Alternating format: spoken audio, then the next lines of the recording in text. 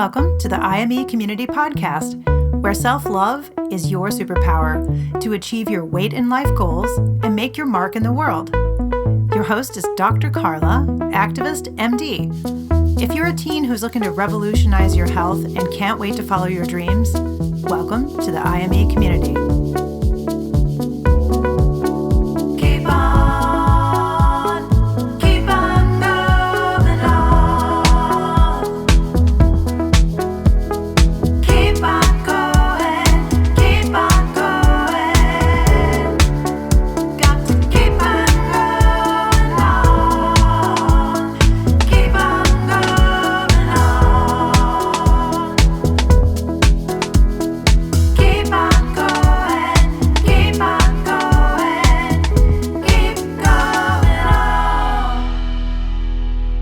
Welcome to the podcast YouTube video. I'm so excited you're here because this is the first podcast YouTube video focused on parents. And so this is my first. I'm going to get my little coffee out here. I wish there were two of me so I could hang out with myself as the coffee cup. My daughter, Catherine, who's a college student, gave this to me for Christmas, which is really sweet of her.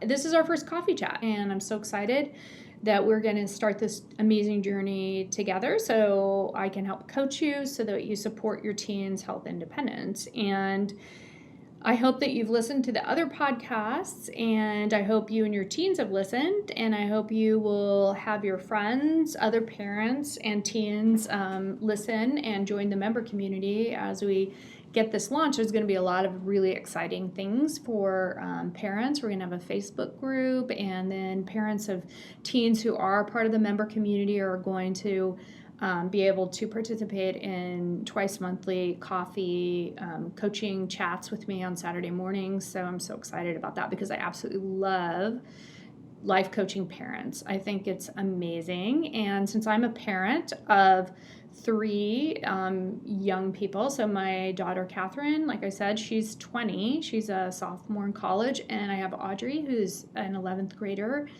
and she's 17, and I have Andrew, who's 14, and he's an 8th grader, and I can't believe he's going to be going to high school next year. So we've had three teenagers in our house for the last few years, and it's been really fun, and they're amazing kids, and I am not a perfect mom by any stretch of the imagination, and that's not where I come from when I'm coaching parents. I come from a very realistic, pragmatic place, and I've had tons of coaching on my parenting of my teens, and it has helped me immensely. So we know that when we have little babies, and I brought this little baby, this was my daughter's baby. We cleaned out this playroom area to create this space for IME community, and which I'm really excited about, but we got rid of a lot of the stuffed animals and a lot of the toys and games and puzzles that didn't have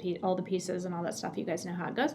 And I was like, I can't get rid of my daughter's little baby because it's so cute and I love dolls. So I'm not a crazy lady, but what I'm telling you is, and the reason why I want to show you this baby is because when we have, you all remember this, and maybe you think the same way that I do about this, you probably do. Remember when you had babies and little toddlers and preschoolers, and you would go out in public and people would just say these comments like, oh, enjoy it, enjoy every minute, soak it up, because it's so much easier when they're little and you can control their every move.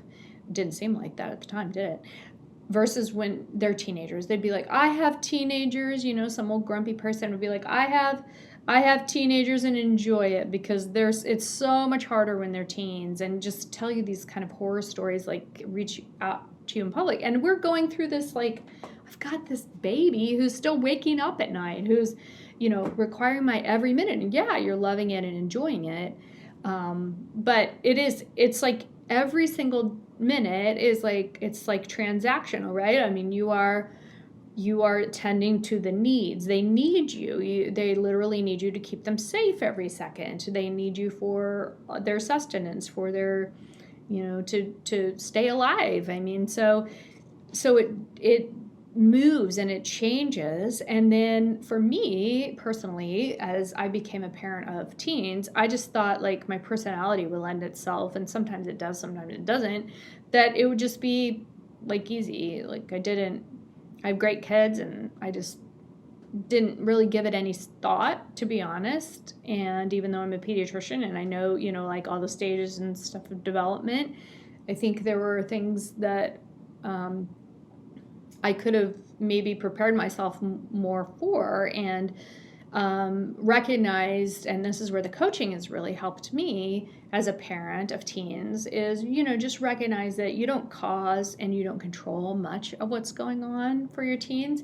And what you can do, though, is decide how you're going to show up to support your teen, how you're going to show up as a loving parent, and then also where your attentional focus is going to be. And you can also, obviously, they're still children, so they're in a period of differentiation and they still need our help and our boundaries. And so when the boundaries are crossed, then what is the consequence? And, it's just a daily practice, right? I mean, every day it changes and you can't control how they're going to react and you can't take it personally. But anyway, so I'm excited for this journey to start and to work with you all. And one of the things that I wanted to talk about today mainly was the shame and guilt that comes up when our teens are seen by the doctor, and maybe they have their sports physical or 7th grade physical or just their annual physical,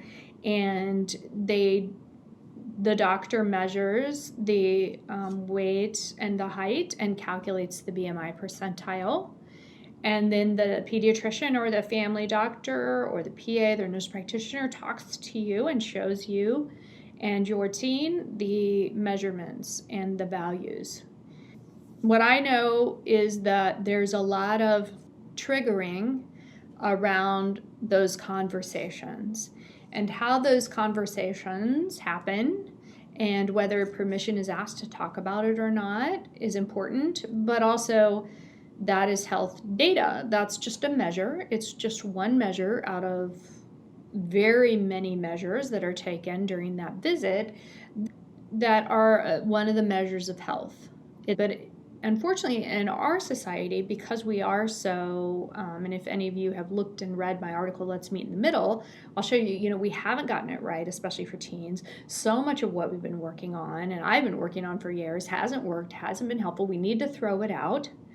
And so when we hear these conversations and have these conversations within the doctor's office, then a lot of parents I know, and I've coached some of them, become very triggered and worried. And what happens is a lot of shame and guilt comes up. And because in our society, we blame the individual for everything. So even though if you look at all the causes for the childhood obesity epidemic, or the epidemic of poor nutrition and physical inactivity, as some people refer to it, which is great. When you look at all the causes, there's so many multiple causes. And yet we still go to blaming the individual. And then when the individual is a child or a teen, then automatically it comes back to, okay, the parent. And so a lot of parents will either get upset with a doctor for giving them that information, or and get defensive, or some parents, you may be one, will feel that kind of twinge or of shame or guilt. And that's a feeling that's coming up because of the thought that you have. Our thoughts create our feelings drive our actions or inactions, and our actions are what create our results. So your current thinking creates your current reality or your current results. And so it's not really the BMI measurement of your teen or the weight or the words that the doctor said can trigger the thought I'm to blame for this, or whatever is coming up for you that's triggering a thought that creates a feeling of shame or maybe guilt. And it may literally come up as a feeling in your body, because that's what a feeling is just like a vibration in our body. So shame, for me, when I feel shame, I feel like a twinge of queasiness. And I talked about this in one of my podcasts when I talked about my weight loss journey, and that there's no before and no after, that I hope that you will look at that and watch that video and listen to the podcast, because if someone like me, who's a pediatrician and who never had a weight issue and committed almost 2 decades in my career to this issue and so many resources, and still got to the obese category, that was me. And luckily, for me, I would never do anything for myself. I love myself too much to do like a diet or restriction or any rigidity. And I knew that wouldn't work either, like especially long term, but even in the short term for me, I just wasn't interested in that for myself. And so my point of sharing my journey was to be a shame buster for everyone. We're all human, so we're going to feel shame. But I hope that if you haven't listened to it, you will go back and listen and really feel like, okay, like some of that blame and some of that shame will come out, because shame doesn't live in the light, right? So if I can talk about it and I can be open and share my journey, then that, I hope that will help you. So oftentimes, you're in the doctor's office, you're getting this information, you're getting triggered, you're having these feelings come up. Typically when you have shame or guilt, you're going to, rightfully so, and with all compassion, you're probably going to defend yourself. Or you're probably going to say, that's not a problem. Or you're going to beat yourself up. Or you're going to get into blame, and you may even blame the child. And I've had parents do that a lot, actually. And, look at their child shocked, their young child even, oh, I can't believe you, gained that weight or whatever, and push it off on them. And that does happen. And that can just be, with all compassion for yourself. That's just kind of a natural human emotion or human reaction to a human emotion of either shame or guilt, or when you're judging other people, you're judging yourself. And so the result is that because those actions are going to create our results, and that all comes from our thoughts that we are not even aware of. But the problem is that your result is that you're either going to stay stuck and nothing's going to happen, or you're going to get into, sometimes we get very anxious and fearful, and we think, especially with shame, that there's something broken, something needs fixed. And maybe you're really triggered to worry about your child, and you think that you need to be more rigid and restrictive and harsher. And when you're harsh on yourself, then you're probably going to push it off and be harsh on your child. And so those are some of the things that aren't helpful that come up when we haven't had, any coaching, or we don't have even the awareness that it's really just a thought that's creating that feeling, and our actions and our results to create more, potential harm. So that's your work, is really to sit down and think about, when you think about your teen's weight, if they have a weight issue, or you have other concerns about their weight or their health, or maybe some of the what are called comorbidities, which are the diseases that are associated with weight gain. And those are, complex. Obviously, there's genetic things like that. You need to think about and have some awareness and curiosity, just as a curious observer, with all compassion for yourself, because we're all humans in this human journey. And just think about, what are those thoughts that are coming up for me? Are you thinking, I caused this? Are you thinking, maybe you're thinking the opposite. Maybe you're thinking, well, this is just genetic. This is how we all are in our family, and there's nothing to do about it.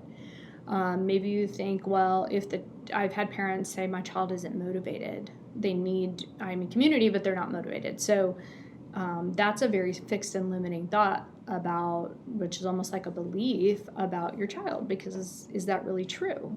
So you think about what could be those kinds of thoughts or beliefs, are just really strong thoughts kind of on a loop that you've given power to over time, and that may be just reinforced in our society. And you can start challenging those, because thoughts are just like vapor, really. They seem so true and they seem powerful, but our mind is just going to keep offering up those thoughts that we've chosen to be true over time. It's like a sentence in your mind. I call it a cloud passing by. You can just be like, a lot of meditation, mindfulness practices really help us to just say noting so we can just be more of an observer in our mind, and we can feel our feelings, because shame is always going to keep coming up, right? Or guilt is going to come up, because we're parents and we're going to do things that, we're going to make mistakes. We're going to have flops. We're not going to be perfect, because we're all humans on our human journey. And we need to learn to be compassionate with ourselves. So that's like when you show up for the physical, one of the things you can do is prepare yourself and your teen beforehand. So you can decide how you want to show up for that visit. So for me, I know, like just personally, I didn't want to go into the doctor when I was struggling with my weight. Like I didn't want to know. And I would always close my eyes when I got on the scale, because I just wanted to live in this denialville. And I wasn't in denial. I just simply thought that was information that was too powerful for me, and I just couldn't really cope with it. And I just hadn't prepared my mind, and I had never done, coaching at that time. So it really, I just didn't really have any of the skills to help me. But you can decide beforehand how you want to show up, and you can say, I want to show up as calm, or I want to show up as curious. I want to show up as a loving, supportive parent, and have the conversation ahead of time with my teen and say, well, a part of the physical exam is that they do the weight and the height measurement, and they will talk to us about and show us the growth chart and where you are on it, and talk about maybe the body mass index. And it's just one measure, and there's a lot of other things they're checking, the blood pressure and maybe some lab work, and doing the whole exam and asking tons of questions that are just important about all of your health. And your doctor is interested in learning all of the amazing things about your health. And so, I just want you to know that we're going to be expecting that, and that's a measurement. And your doctor, if there is an issue, of course, I want you to go, especially, anytime you have a concern, you need to visit your doctor, or you need to visit a psychologist, especially if you're having concerns about their health or some of those comorbidities, or if you're being referred to a specialist or a program. Definitely go to all that and access all of that as available in your community. And especially if you are concerned about your teen having some sort of disordered eating.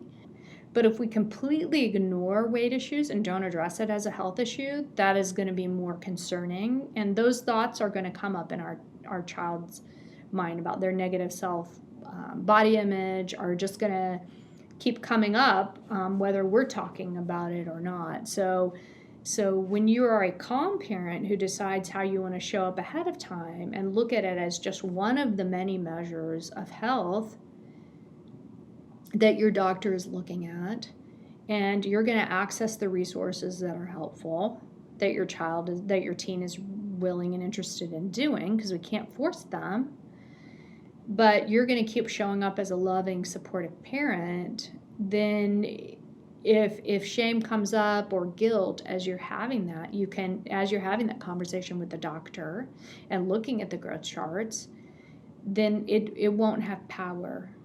The shame may come up. For me, it comes up as a queasy feeling in the stomach. It may come up as a tensing up for you.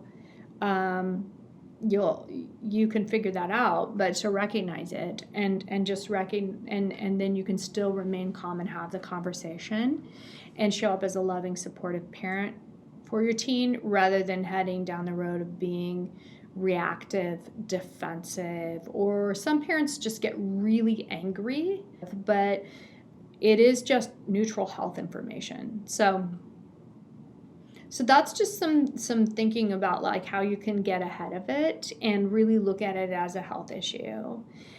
When you are alarmed about your teen's health, and you think, oh, they have prediabetes and high blood pressure and fatty liver disease or whatever, they have, and you are or may have, and you have an alarm, you feel alarmed and concerned. That's a natural human response to that information. There's nothing going wrong there. Studies show that creating a lot of alarm, and this is what I coach doctors on, is that creating a lot of alarm typically doesn't help. It just creates short-lived panic, and it may cause problems when they go home, because the parent doesn't like that feeling, of course, and doesn't like feeling that kind of guilt or shame or blame, and they're judging themselves, so then they're going to put it on the kid, and it can sometimes cause more harm within the home if those conversations aren't had in an appropriate way, or if the parent is not approaching it as more just a curious observer of like health information, and you're open to talking about it. One of the things that we also know is that your beliefs or thoughts about your child are going to drive your actions or inactions to getting them the help that they need. So, like I said before, if you're saying, my daughter isn't motivated, she's just not, then your feeling is going to be unmotivated. I mean, that's not, if thoughts create our feelings drive our actions or inactions. There's a lot going on there. That's a loaded statement that a mom said to me at one point. And she's an amazing mom, but she's just used to that, because it's easier to say, my daughter isn't motivated, rather than take the blame as a parent. She may be shifting some of that. I don't know. Or she maybe has offered 100 things to try to help her, and she feels like at her wit's end about it and is worried about her daughter. Rightly so, and wants her to be healthy and all good things for her. And she may say, she's unmotivated because her daughter's like tired of it and she's not interested in it. And maybe she's just not motivated to, or at that stage of change that the mom is on this topic, and she's just doing other things, and her goals are elsewhere. And so there's nothing going wrong. There's never anything going wrong when your teen isn't interested in making any changes, even if you feel like they need to, because the reality is we don't cause it and we don't control it. And so it's important to not have these blanket statements that are like really defining our teens. And I really struggle with this with my teens, and have had to think about this in a different way that's more helpful and productive and serves our relationship better, than saying, oh, like they are, these kind of all or nothing statements, like they're not motivated, or they're lazy, or, during COVID, we're experiencing a lot of this with our teens, I think, because it's true. I mean, it isn't that exciting of a time, and it's been really tough to stay motivated. But one thing is to recognize that that's just a thought that's coming up, and that's not going to motivate you to be a helpful, loving, supportive parent. So one of the studies that I think is super important is that showing the risk factors and protective factors for disordered eating and weight gain are really the same. So if in our society we're super messed up, we all know that. We haven't gotten it right. We've gotten so much of it wrong. Some things have been super harmful. We're always looking for quick fixes. We think we need to buy the next thing, and we think we need to be restrictive and rigid, and there's something broken or wrong with us, and we need to buy the next thing. And I want you to just throw 100% of all of that out. And if we look at all the causes of the childhood obesity epidemic, we can go through all of them. But I'm going to tell you the number one thing is our food system. And when you look at the changes in our food system and all the added, refined sugars and the ultra-processed foods over time, that has been, if we are looking at a singular cause, and then the food addiction model that has really gotten us to become, I'm not going to say we're addicted to food and sugar, because I don't think that's helpful, especially as large populations, but I'm saying like that model of marketing and getting those really addictive, like refined carbs and sugars into our food, if you look at the number one cause, that's going to be it. And we all know our kids have been seen as a commodity. They've been marketed to. That's why with IME Community, I'm just absolutely 100% committed to never taking any ads or any sponsorships for any of this work. So I'm excited about that, because I know our kids have been seen as just a commodity to be marketed to, and then they bug the crap out of us to buy all the stuff that the companies are marketing to them, okay? Now, I don't want you to take that information and tell your teen and then say we're going to switch everything up, okay? Because like I said, they may not be interested in that. To make any changes in how you're eating or your fitness and your exercise or your movement or your well-being or any health transformation change you want to make, it has to be internally motivated. So you have to feel this real sense of empowerment as an individual. You have to know what you're getting into. You have to fully understand it. And you have to be at a stage of change that says that you're ready. So like, even if you as a parent are like, oh, let's do this, and I'm going to sign you up, and you're going to do this, we're going to make all these changes, your teen may be like, forget it. And how you approach it can cause more of a disparity in that too. So it's like a divergence here. So they may be in like, I don't see this as a problem. And you may be like, well, I'm super worried. But you're going to have to either start to inching towards and changing up your thinking and meeting in the middle, or you're going to have to try to realize that there is no problem here. And you can decide you're going to keep showing up as a loving, supporting parent who's going to keep supporting your teen's health independence. And you are ready when they are. You'll be ready when they are to help them out. So some of the things that we can avoid are, getting on diets. If you're a parent who's been on a lot of diets, who has been a restrictor, we all know that doesn't work. And so really being like kind of that harsh, authoritative restrictor will just drive more indulgence. I've had parents who I've coached where they said, well, she's doing a better job, but we still find wrappers of food. And I'm like, so what? I mean, she's hungry. Like, you should let your kids eat when they're hungry, and they shouldn't feel ashamed for being hungry. And the more that we are shaming them and being restrictive, then that's that'll create more of that. And so that puts the child at risk for developing some disordered eating. So I'm just going to say, like, to be always err on the more compassionate, less restrictive, no foods are bad, easy approach, okay? So if you can promote a positive body image and work on family meal times. And then the other thing that we promote with IME community is having fun.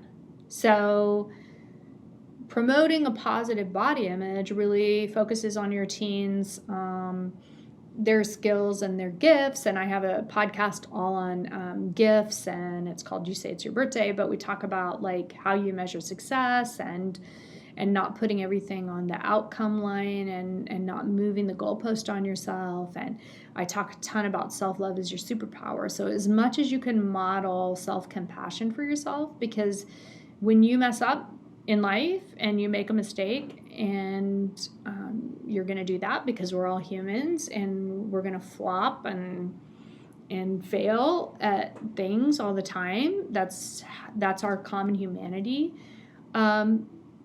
Then they need to see that you're not piling on yourself, that you're not, mobilizing your negative self-critic, and you're harming yourself even more and causing more pain by being so harsh on yourself. So as much as you can model, when we talk about parents need to be the best role models, we're not talking about being the perfect role model for food. We're talking about being the perfect role model for self-compassion. And show them that self-love is their superpower. And have a softer approach and start recognizing and doing the work that when an emotion comes up, you're willing to feel it. And show them that so that they can feel their emotions and they don't have to buffer them or eat food to get through life. I want you to shift to a more productive thought. Like, I show up as a loving, supportive parent for my child. I'm helping my child transform their health. And just by being open, having discussions, showing up, realizing what you do cause, what you don't cause, what you do control, what you don't control, and showing up as that loving, supportive parent and staying the course with your child and your teen and having their back, that's huge. That's huge. That's really massive action. And what that does too over time is it repairs and helps create a very nurturing, compassionate relationship that you will have with your teen, and they know that you have their back, so that even if they are at like pre-contemplation and they're not ready, and you're like, I want to take action because this is amazing and we want to do these things, and if we do these two things, wow, we can really transform your health. And then eventually, because you've worked on that relationship and you have developed that trust with your child and your teen over time, when they are ready, then they'll be like, yeah, sure. Because you've shown them that, you're going to be there for them and they can trust you and you'll work on it together. And that's an amazing thing. And then again, like I said, challenge the beliefs that are coming up for you that aren't helpful. And also recognize there's no quick fixes.